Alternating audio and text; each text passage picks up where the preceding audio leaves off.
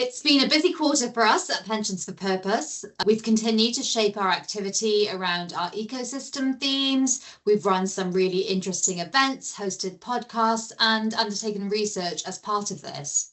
And we're also shaping our annual symposium around these ecosystem themes, as well as our training offerings and our policy advocacy work.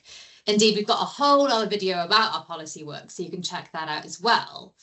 So, Charlotte, can you tell us a little bit about our ecosystem themes and what we've actually been doing on these? Of course. Yeah, it's great. The ecosystem themes was something I really wanted to set up before I went on maternity leave. I feel like the momentum is building and there's a need for consolidation. We work with pension schemes, but also other asset managers.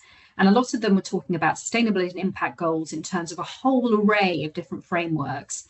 And so we felt, particularly from feedback, that there was a need to consolidate and help pension funds and other stakeholders to navigate these complex areas and kind of distill down. So the ecosystem themes were a great way of doing that.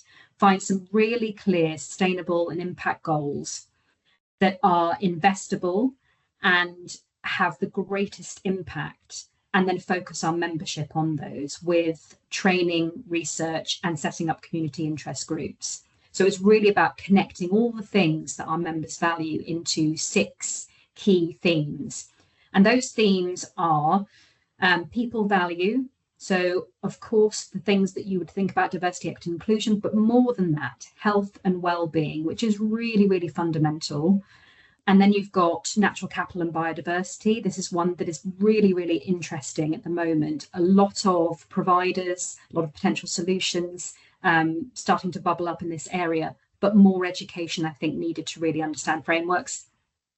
We've then got climate innovation. So this is, taking TCFD and then thinking, actually, how do you get investment into solutions, not just into mitigating risks? And that's been really powerful. We've had an event on that was really, really well attended. We'll be following up with a community interest group. And then we've got impact integration, which I lead on. Yes, it's about impact investing. And many people will think of impact investing as, having an intention to have a positive impact on people and planet alongside a return, a market rate risk adjusted return. And that's absolutely the case. But what we recognise now, and you'll start to see in our research that's coming out in the next couple of weeks, is that there are many funds now that want to see impact integrated alongside risk and return in terms of portfolio construction. That means we need better standardisation on what negative impact is and what positive impact is. So we've been working with Impact Frontiers and the operating principles for impact management on some research around this and thinking about next steps. So again, our community interest group for that will be launching in August.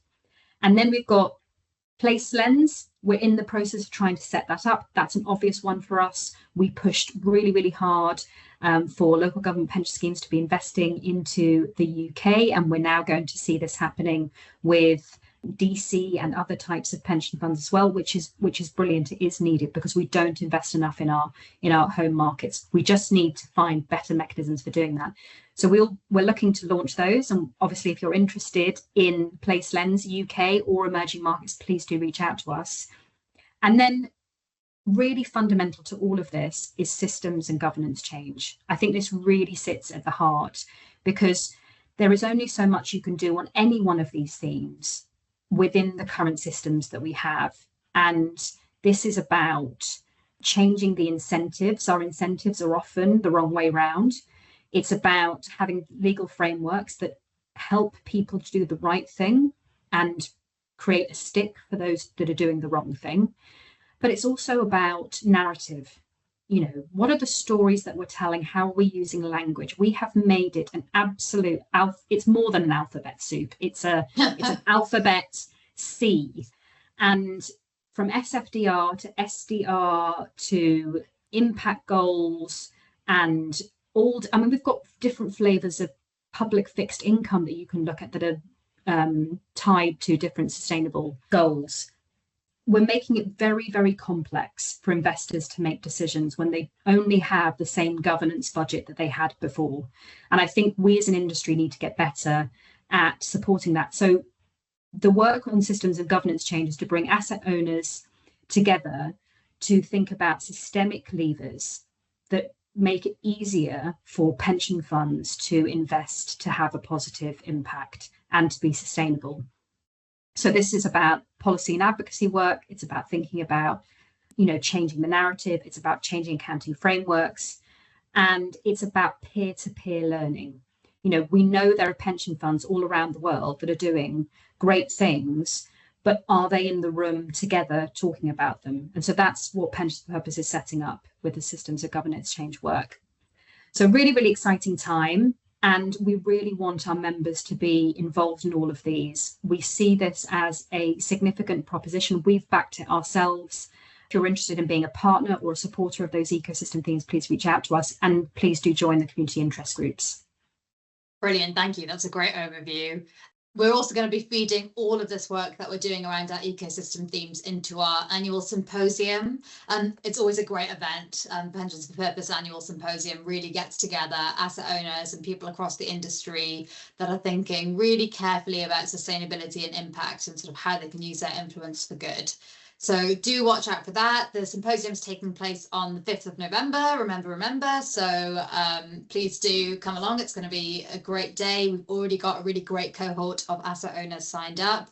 And we have a great agenda of sessions coming up as well, covering topics like Mansion House, nature and biodiversity, the UK housing crisis, place-based investing, and so much more. Another really exciting part of our annual symposium is that we will be announcing the winners of our content and asset owner awards. And these awards are also based around those themes that Charlotte talked about. So please do reach out if you want to find out more about the symposium as well and get involved there. Now, another really key area where our ecosystem themes have allowed us to join up and make connections between different areas of the work streams that we offer here and the services we offer is within our training and research offerings. So Charlotte, how have we changed the way our training and research offering works as part of this shift towards broader ecosystem thinking? We've always tried to look at what the member need is. We shifted to being a profit for purpose business intentionally in 2021, but really focusing on what our members want from us was absolutely essential to all of that. We're very much focused on the need. So when we make changes to services or we put something on, we always check in with our membership, we check with our internal team. And Impact Lens research has been doing incredibly well. The reports are fantastic. You get some really rich asset owner insights on what the challenges and the solutions are. And then trustees can go and take that away, or pension fund managers can take that away, and they can decide what they do with it. The challenge is actually making sure that does get integrated. And many members will come back to us and say, right, we'd like to know what the next steps are on this. So we wanted to make sure that there was a training offering off the back of the research to make it practical and to take it to people that might not have the time or the expertise to really delve into it in the way that they need to. So I think that absolutely makes sense. So for example, we put out a research report on TNFD and what asset owners are doing around natural capital and biodiversity. And we have now put out a training module off the back of that that speaks to that framework and how asset owners can approach it. So that means that we've brought Karen and David together in our Impact Lens team to integrate our research and training offering, which I think works really, really well. And I would love to see, more asset owners taking up that opportunity. Brilliant. Thank you so much. So as you can tell, there's loads coming up. There's loads of other interesting research we're looking to do soon as well. We've been talking a lot about defence with our asset owner members. We've also been looking at systemic risks within pensions, like the gender pensions gap. So again, loads of ways for you to get involved. And we're always really keen to be working more with passionate people in our industry. So please do get in touch with us.